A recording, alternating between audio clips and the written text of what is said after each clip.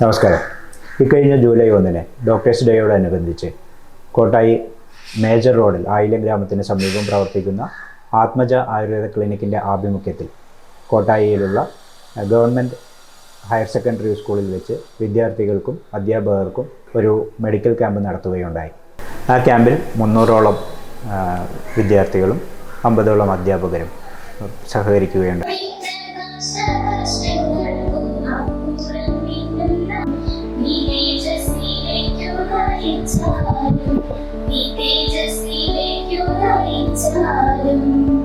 ആത്മജ ആയുർവേദ ക്ലിനിക്കിലെ ആയുർവേദ സൗജന്യ workshop camp നടക്കുക. PTA പ്രസിഡന്റ് ശ്രീ സതീഷ് അധ്യക്ഷം വഹിച്ച ചടങ്ങിൽ ആയുർവേദ ചികിത്സാലയം senior consultant doctor PM Surendran BSc BAMS ഉദ്ഘാടനം ചെയ്തു.